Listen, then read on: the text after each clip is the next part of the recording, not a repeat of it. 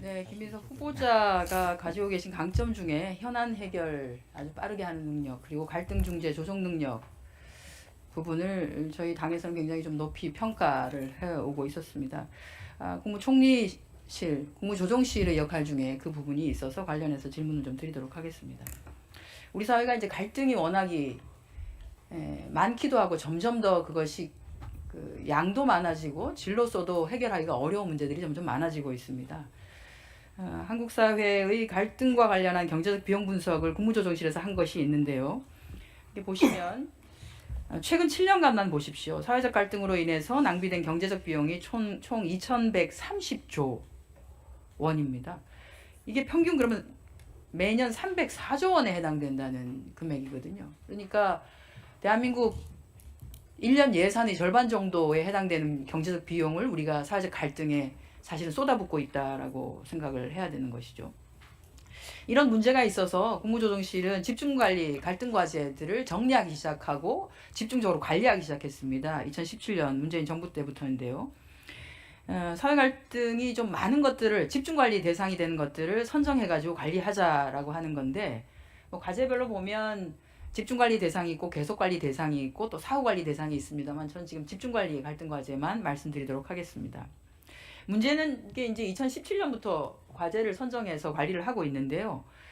한 해 끝나지 아니하고 2년 연속 계속 갈등 관리 과제로 선정된 경우가 54건 정도에 해당이 됩니다. 그런데 이제 이 중에는 근로시간 선택권을 확대한다, 군공항 이전, 방구대 암각화 보존, 그러니까 이런 과제는 2017년부터 해서 아직까지도 그냥 집중관리 갈등 과제로 선정되어 있습니다. 물론 이 중에 군공항 이전이나 이런 것들은 해결책이 완전히 담보되지 않는 한은 과제로 선정이 될 수밖에 없는 것이기도 한데, 8년이라는 기간 동안에 집중관리 과제로 설정만 하고 좀 더 열심히 하고자 하는 노력은 좀 기울였나라고 하는 것에 대한 의문이 좀 들기도 합니다.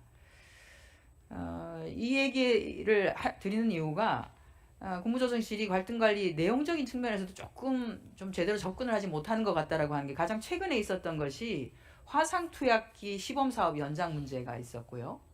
또 하나가 인체용 의약품 동물병원 직공급 뭐 이런 문제인데, 제목만 들어도 이해관계 당사자가 많겠구나 라고 하는 걸 분명히 아실 수가 있죠. 그런데 이제 당시 국무조정실에서 이해관계를 달리하는 이 당사자들을 조정하고 조율하고 하라고 하는 게 그 역할인데, 실제는 갈등을 풀어주지는 아니하고 어깨 대변만 하다가 갈등을 증폭시키고 지금 중지되어 있는 상태. 그래서 이건 안 하니만 못하다라고 하는 얘기도 있었습니다. 또 하나는 과거에 우리가 가습기 살균제 피해 그 조정위원회를 꾸려서 조정을 하는 과정에서 가해기업이라고 하는 데서 피해 구제를 위해서 우리가 조정 금액을 내라고 하는 것을 출연을 하겠다. 그런데 이후에 조정 이후에 아주 세월이 지나고 난 뒤에도 어떤 피해가 발생하거나 하게 되는 경우에는 그 정도는 정부가 좀 부담을 해야 되는 거 아니냐라고 했을 때, 당시 국무조정실에서 기재부가 이걸 반대하지 않아서 동의하기 어렵겠다. 그 어렵게 조정의 합의에까지 이르는 것을 기재부가 조금 반대하는데요 라고 해서 결국은 무의로 돌아간 적도 있습니다.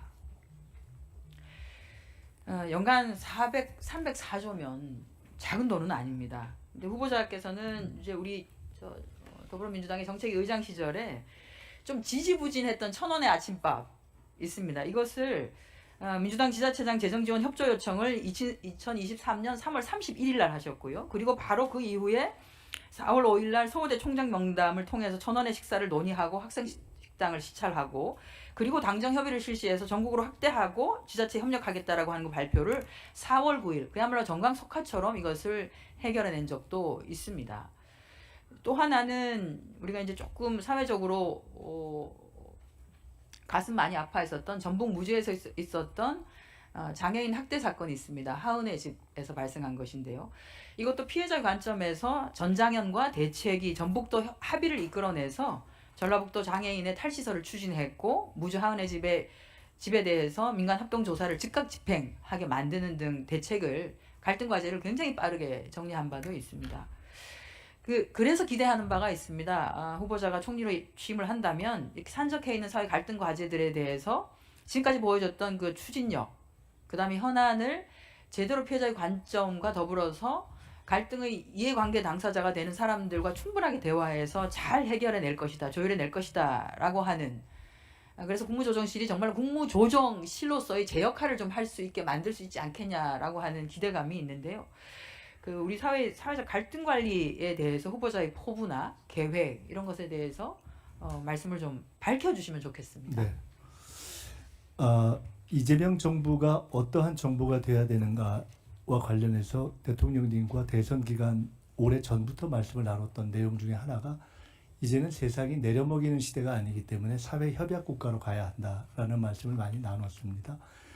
윤석열 정권의 가장 큰 잘못 하나가 이유를 알 수 없는 숫자 2,000명을 가지고 의대생 문제로 모두를 괴롭게 만든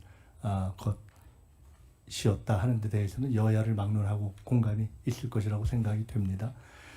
갈등을 해결하되 민주적인 방식으로 해결하고 그것을 사회 각계각층의 합의와 협약에 의한 방식으로 풀어가는 것이 서유럽의 또는 북유럽의 복지국가 이후에 지금에 맞는 방식이다 이렇게 생각을 합니다.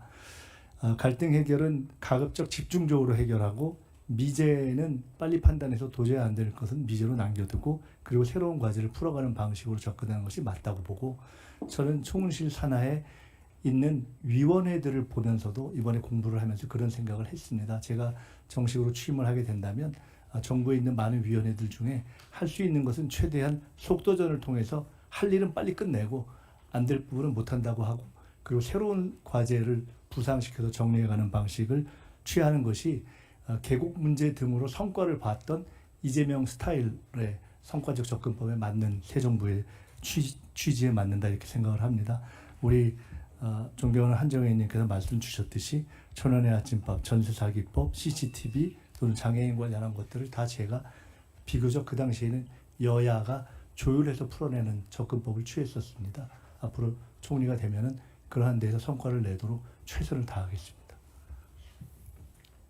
네, 한정희 의원님 수고하셨습니다.